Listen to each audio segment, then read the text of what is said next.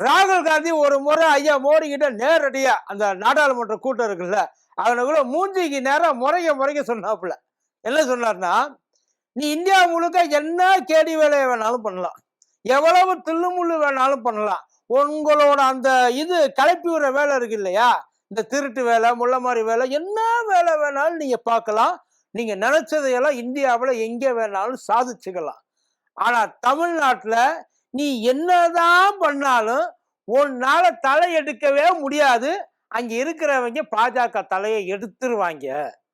ஒரு நாளும் உங்களால தமிழ்நாட்டுல காலை வச்சு ஆட்சி பண்ணவே முடியாதுடா அப்படின்ற மாதிரி மூஞ்சியில் அடிச்ச மாதிரி சொன்னாரு. அவரு நல்லா தெரியும் இங்க உண்மையில தமிழ்நாட்டு மக்களை பத்தியும் தமிழ்நாட்டு மண்ணை பத்தியும் இவங்களுக்கு இருக்கிற அந்த அரசியல் புரிதல் என்ன அப்படின்றது ராகுல் காந்திக்கு ரொம்ப நல்லாவே தெரியும். அதனால்தான் ராகுல் காந்தியை லவ்ஸ் தமிழ்நாடு, தமிழ்நாடு லவ்ஸ் ராகுல் காந்தி. புரியுதா?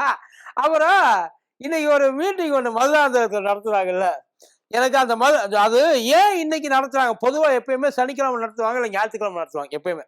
ஆனா வெள்ளிக்கிழமை ஏன் நடத்துறாங்க அப்படின்றதுக்காக ஒரு விளக்கம் ஒன்று போட்டிருந்தாங்க. அதான் இன்னைக்கு நடத்துனாங்கன்னா அதுக்கப்புறம் இவங்களை எதிர்க்கிறதுக்கு ஆளே கிடையாது, வெற்றி உறுதி. அந்த ஒரு இதுக்கு ஏன்னா அந்த பக்கம் ஏதோ பயங்கரமான ஒரு நாளா இன்னைக்கு. இந்த தேதியில எதை ஆரம்பிச்சாலும் அது கண்டிப்பா சக்சஸ் அப்படின்னாங்க. ஆனா எனக்கு அதை கேட்கிறப்ப எப்படி தோணுச்சுன்னா, இந்த ஆண் பாவம் படம் பார்த்துருக்கீங்களா? அதுல பாண்டியராஜனுக்கு சித்தப்பாவை வந்து ஜனகராஜ் இருப்பாப்புல. ஜனகராஜ் கிட்ட ஒருத்தர் வந்து இந்த தேதி குறிச்சிட்டு போவான். அண்ணே, இந்த கனகராஜ் கப்பையே நீங்க வந்து இந்த தேதியில இன்னைக்கு நீங்க ஆரம்பிச்சீங்கன்னா அதுக்கப்புறம் ஊருக்குள்ள ஒரு பயம் உங்களை வந்து நெருங்க முடியாது. ஏன் உங்க அண்ணன் ராமசாமி கொட்டாய சாத்திட்டு ஓட்டலை திறந்தாலும் வந்து ஆச்சரியப்படுறதுக்கு இல்ல, பாத்துக்கங்க அப்படிப்பாரு. எனக்கு என்னமோ அதுதான் வந்து அதே மாதிரி எவனாச்சும் சொல்லியிருப்பான் போல.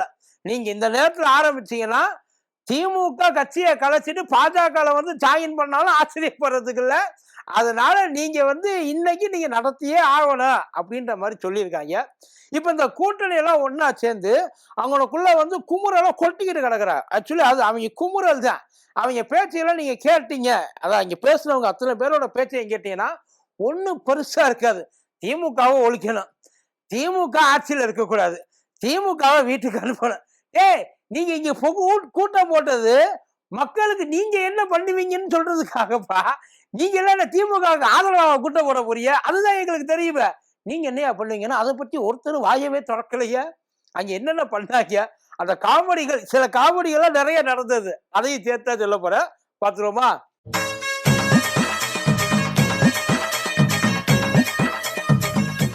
பூஸ்டர் சுகரை கண்ட்ரோல் பண்ணும், உங்க ஆரோக்கியத்தை மீட்டு தரும். சர்க்கரையை கட்டுப்படுத்துறதுக்கான எளிமையான வழிமுறை, இயற்கையான வழிமுறை. அனைத்து மருந்து கடைகளிலும் கிடைக்கும். மதியம் வணக்கம், இது மதியம் தர்பார்.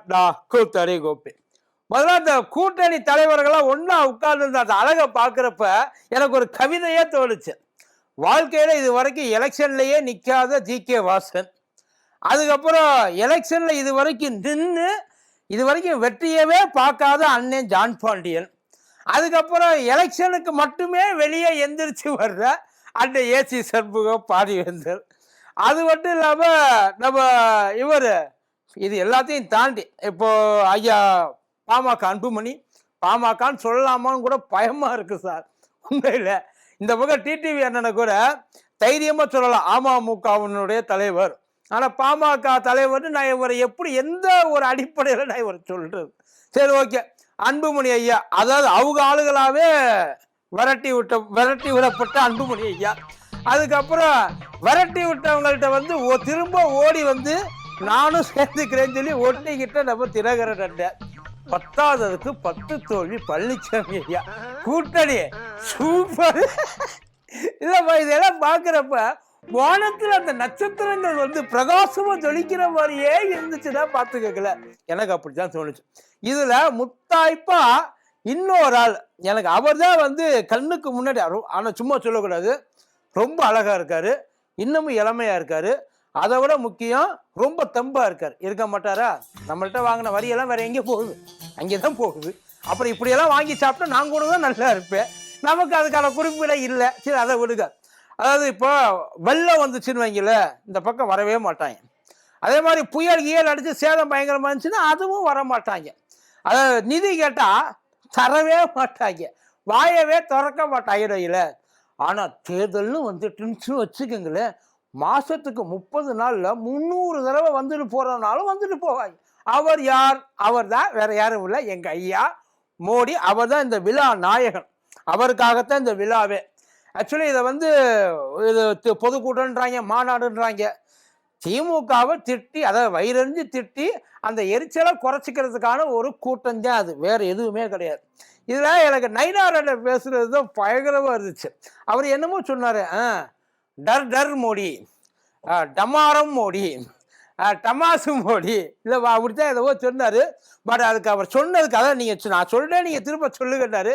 சொன்னதை திருப்பி சொல்கிறது, அவங்க திருப்பி சொன்னாங்க.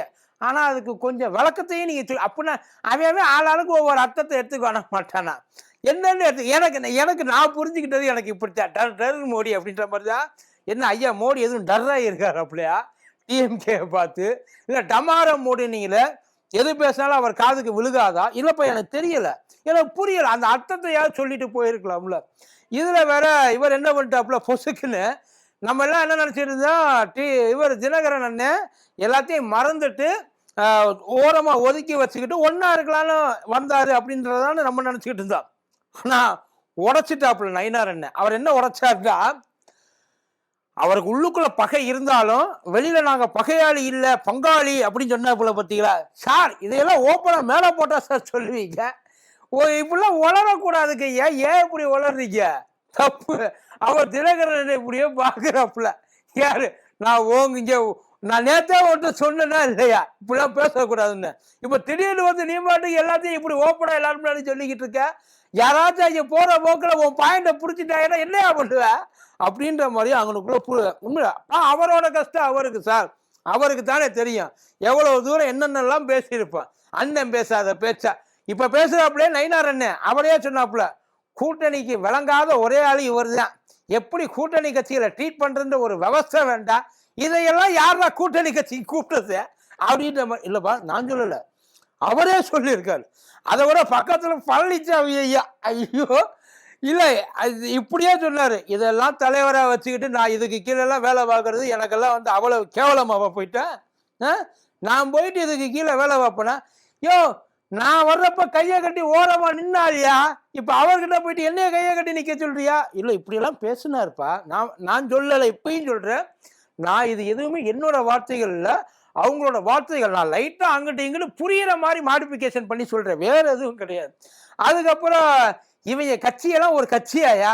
டிவிக்கு இந்த தமிழக வெற்றி கழகம் அதுதான் 2வது இடத்துல நிற்குது. போக போக பார்த்தா அவங்களுக்கு இவங்களுக்கு தான் போட்டி. இதெல்லாம் எங்க இருக்கும்னே தெரியாது. கண்டிப்பா இது தோத்துடும். இது தலைமையில இருந்தா நீங்க இதுக்கு மேல கேட்கவே வேண்டாம், தோத்துடும் அப்படின்னு தான் சொன்னாப்புல.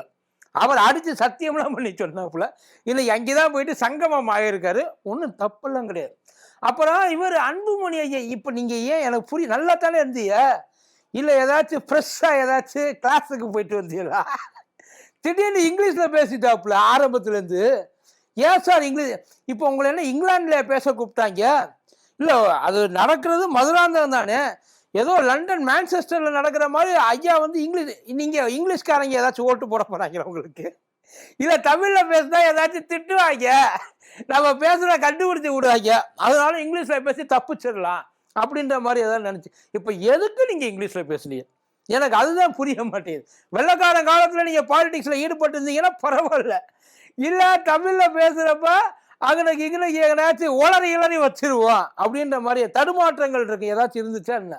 இல்ல ஐயா மோடிக்கு புரியுற மாதிரி பேசுறது. இப்ப இவர் டிடிவி தினகரன் பேசுறது மோடிக்கு புரிஞ்சா? ஐயா எடப்பாடியார் பேசுறது மோடிக்கு புரிஞ்சா? இல்ல வேற யாரும் ஐயா பேச போறது நயினார் அண்ணன் பேசுறது மோடிக்கு புரிஞ்சா? இப்ப நீங்க பேசுறது அதெல்லாம் ஸ்பெஷல் ட்ரீட்மெண்ட் எனக்கு புரியலையே.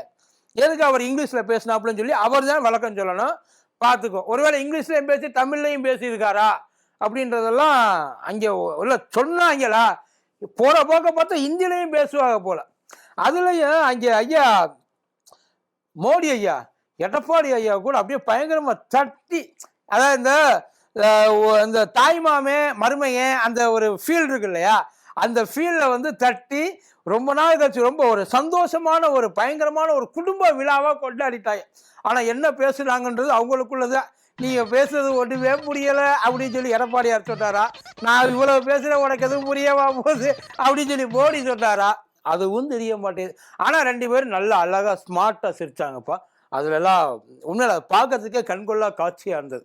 அப்புறம் இவங்க ஏதோ தமிழ்நாட்டுக்கு 14 லட்சம் கோடி கொடுத்தேன்றாங்க. அண்ணன் நயினார் தான் இந்த விவரத்தையும் சொன்னாப்புல. 14 லட்சம் கோடியா சார்? சார் 2000 கோடி கேட்டதுக்கு வெறும் 250 கோடியை கொடுத்தாங்க சார். 250 கோடி கூட இல்லை, 198 கோடி தான் நினைக்கிறாரு. 2000 14 லட்சம் கோடி யாருக்கு? தமிழ்நாடு கவர்மெண்ட் கொடுத்தியா? இல்லை இவங்க இந்த இது கோயம்புத்தூருக்கு மெட்ரோ திட்டம் என்னாச்சு? அதை கேட்டால் அதுக்கு வாயை திறக்க மாட்டாங்க. மதுரைக்கு மெட்ரோ திட்டம் என்னாச்சு? அதை கேட்டால் அதை வாயை திறக்க மாட்டாங்க. 14 லட்சம் கோடி யாருக்கு கொடுத்தியா? அதான் நீங்கள் கம்பெனி போகிறதுக்கு ஏதாச்சும் அள்ளி கொடுத்தீங்களா? இல்லை அதை தமிழ்நாட்டில் தானே போகிறேன் அதனால் தமிழ்நாட்டு கணக்கில் எழுதுன்னு சொல்லி எங்கள் தலையில் திணிக்கிறீங்களா? ஒன்றும் புரிய மாட்டேங்குது. இது வரைக்கும் என்ன நல்லது இங்கே சார் இது ஒரு இந்த மாநாடு பொதுக்கூட்டத்தில் என்ன பண்ணும்?